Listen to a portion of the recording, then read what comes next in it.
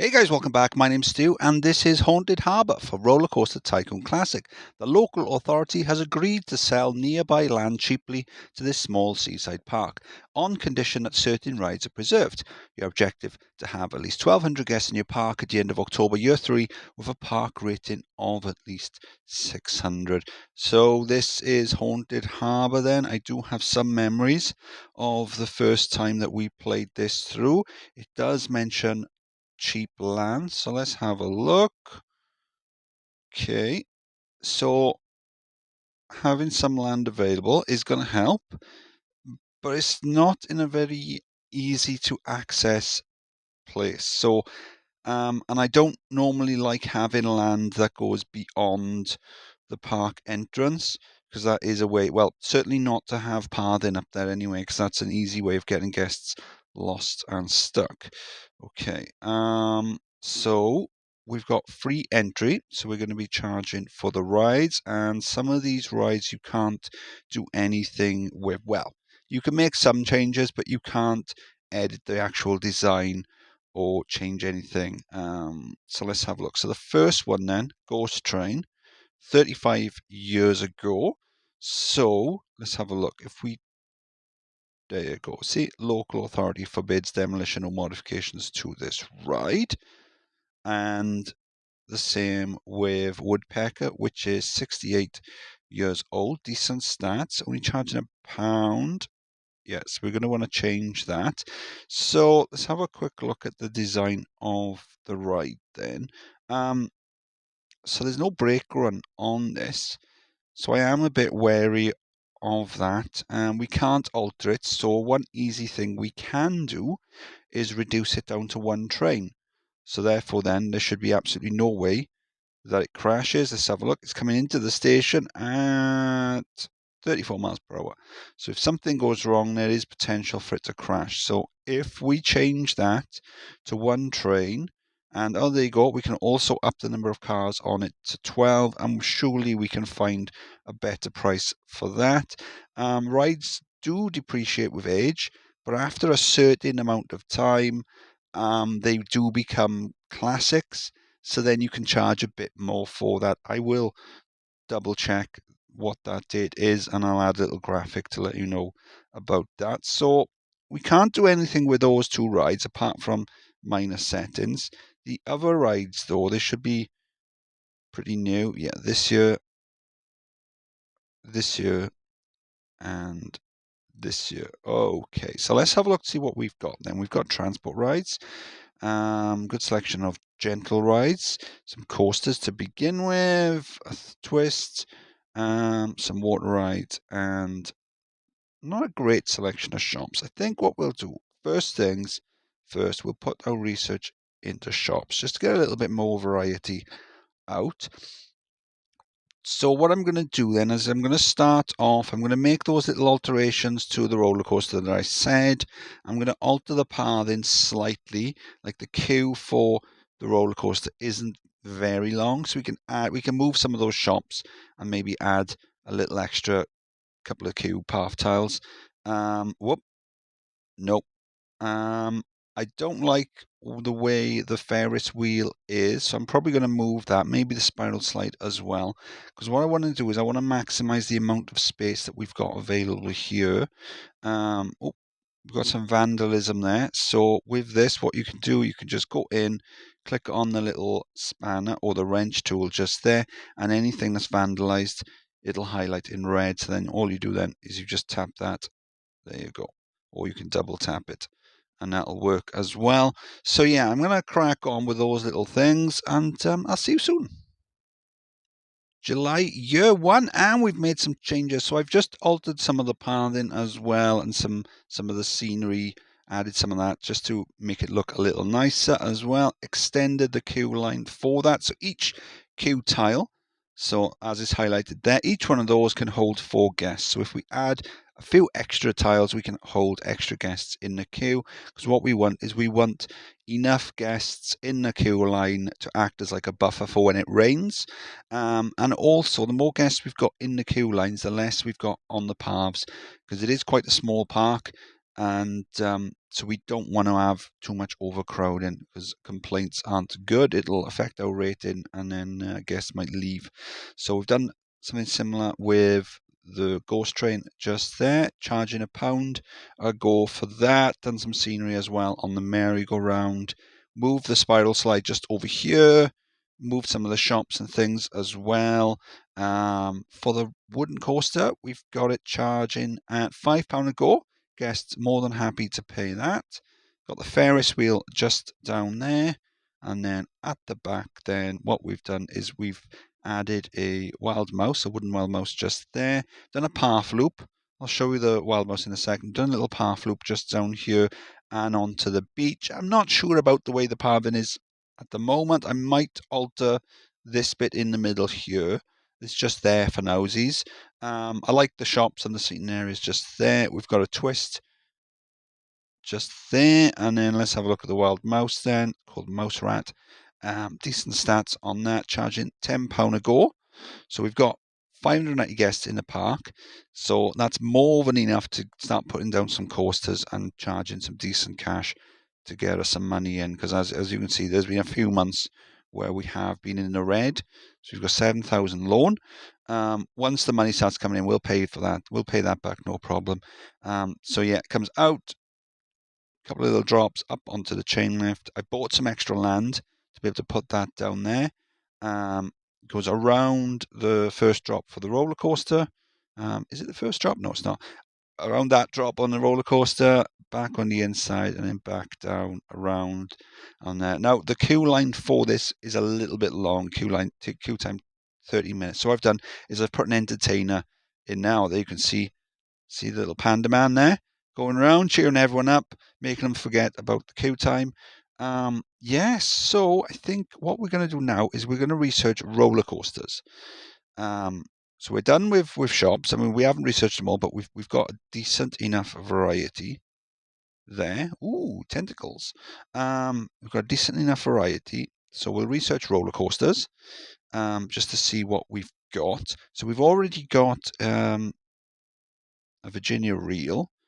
Not sure what else we got at the moment. So I think what we're going to do is if we buy the land sort of here,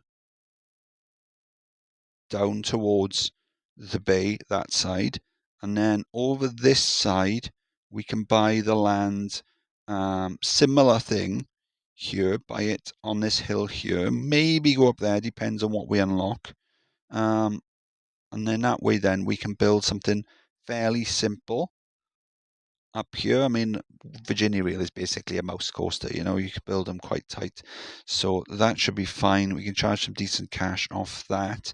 And then hopefully something nice will unlock as well. And then we can work out what we're going to do with this bit here, because this is going to be, I mean, the rest of the park looks fine so far. I am a bit mindful of the fact that we are on a beach. And even though I know I always say it, realism is overrated, I do want it to look somewhat realistic, but not over the top realistic. Yeah, so that's what I'm going to crack on with. I'll see you soon.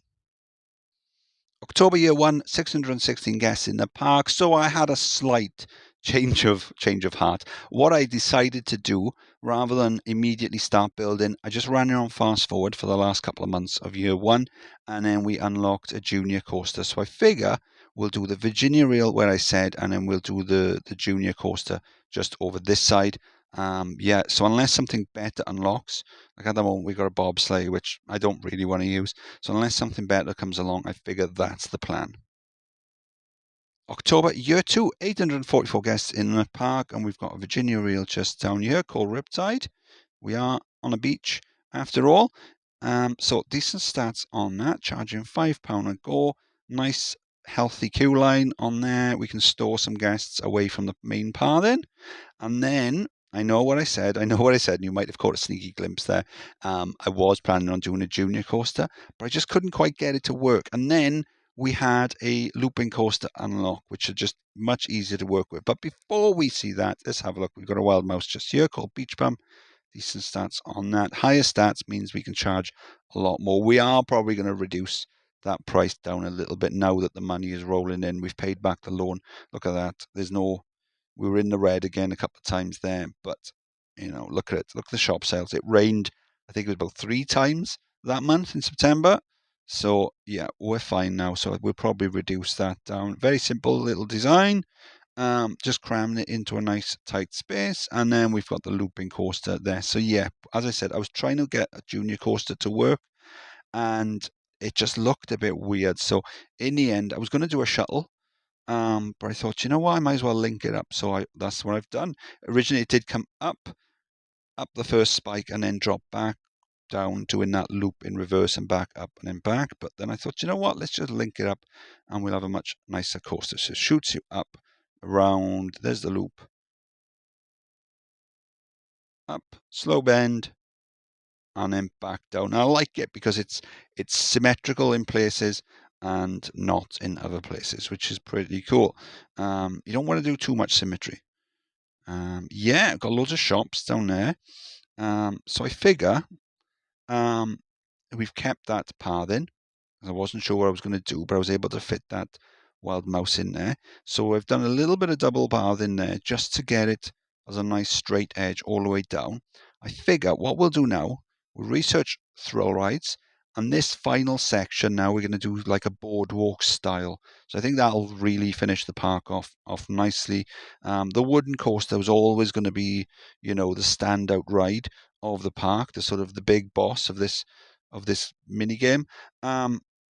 So down here now, a nice boardwalk, soak up a load more guests, add a few more rides to attract more guests into the park. And yeah, I think that'll look really, really cool. October, year 3, we've got 1,288 guests in the park. We needed 1,200, so we're always going to be fine. This playthrough is about beating the goals whilst making the parks look pretty and not solely about smashing the goals. So yeah, and I think we've done a really good job. So we've got a motion simulator there. We've got 2 in the park now. We've got the first one down there, set the thrill riders. Next to that then, we've got a launch tower. I was thinking of having the launch tower in this turnaround there, but having the pathing was a bit awkward. I think if I hadn't had the shops and the seating areas in front of it, probably would have done that. But I think it looks fine over here. £3 for that one. For the other flat rides, we're not going overboard with the pricing. We wanted to keep it fairly low, so as not to make the guests spend all their cash and go home. So as we've shown before, we've got Virginia Reel now on £5. We've got this one that's still on 10. Oh, I thought I'd reduce that one. Oh, there you go. It's that one that we've reduced down to 5. The looping coaster we've got on 5. Not sure if I showed the stats. There you go for that. And then over this side, we've got a couple of pirate ships, another motion simulator set to that one. There's 2 different videos on that. And then we got a little go-kart and a top spin just in the middle. And I've added some trees and things like that as well, just to make it look nice and pretty. Let's have a look at the go-kart stats. Nothing too spectacular. What are we charging? £3 a go. Yeah. So we don't need the cash. We could probably charge a lot more, but we don't really need it. Obviously, guests more than happy to pay the excessive price. So what I've done with this, you can't really see it very well. So I've done my trick of adding the queue line underneath the station. So what that does, it does give you a cheeky little excitement bonus. So if you put the station 2 tiles, or not 2 tiles, 2 units up. So let's put the height on track, height on land. So the land is 0. Obviously, we're at sea level. And then the station is 10 feet. So 1 unit would be 5. 10 is 2 units. And then that way you can fit a path underneath, and that gives you a cheeky little bonus as well. So yeah, I think the park looks really cool. No issues with Woodpecker. Stats have gone up a little bit because of the interaction with the other rides. Decorated the little bridge across, raised a bit of land earlier. So we got solid land where it's tarmac, and then where it's sort of a bridge, then we've changed that to the wood. I think it just looks a little nicer. Yeah, so what are we doing? We're on the 28th, so a couple of days to Halloween.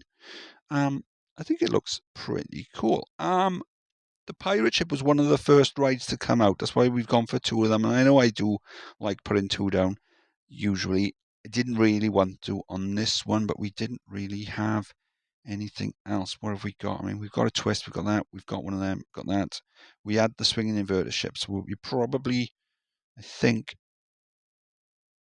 we haven't really got anything else that I haven't used apart from the 3D cinema. So in hindsight, if the 3D cinema had come out first, I probably would have put that down. They're always good value. But yeah, it's just the way it worked out. And we've done it. Stew! Awesome sauce. Yeah, I think the park looks really cool. Maybe too many yellow balloons. And there we go. We've unlocked Funtopia. So we do have one scenario that's outstanding, because what I've done is I went ahead slightly to ones that we had already unlocked, to leave some of the 4-year scenarios for later. So I've now done one of those. So the 4-year scenario that we've got remaining is Pacific Pyramid. So I'll get on with that at some point. And then we'll mostly be caught up. So yeah, but don't think I've gone ahead to anything that people wouldn't already have unlocked if they were playing fresh. Yeah, so I think the place looks really cool. What are we going to look at first then? Oh, well, I was going to pick the looping coaster, but it's broken down. Where is Mechanic 2? He's now fixing the ride. So one thing I noticed the other day, and I've probably noticed it before, but it was just one of those, Oh, there you go. There are guests on there. But sometimes when the mechanics fix rides after breaking down, the train will go out empty. It's probably, I presume, if there's no one on the train at the time, it'll go out empty, and then it'll come back, and then they'll get on, which I like. It's a nice little touch. So yeah, so this was Haunted Harbour. I've been Stu. If you enjoyed the video, please like and subscribe, and I'll see you soon. Bye.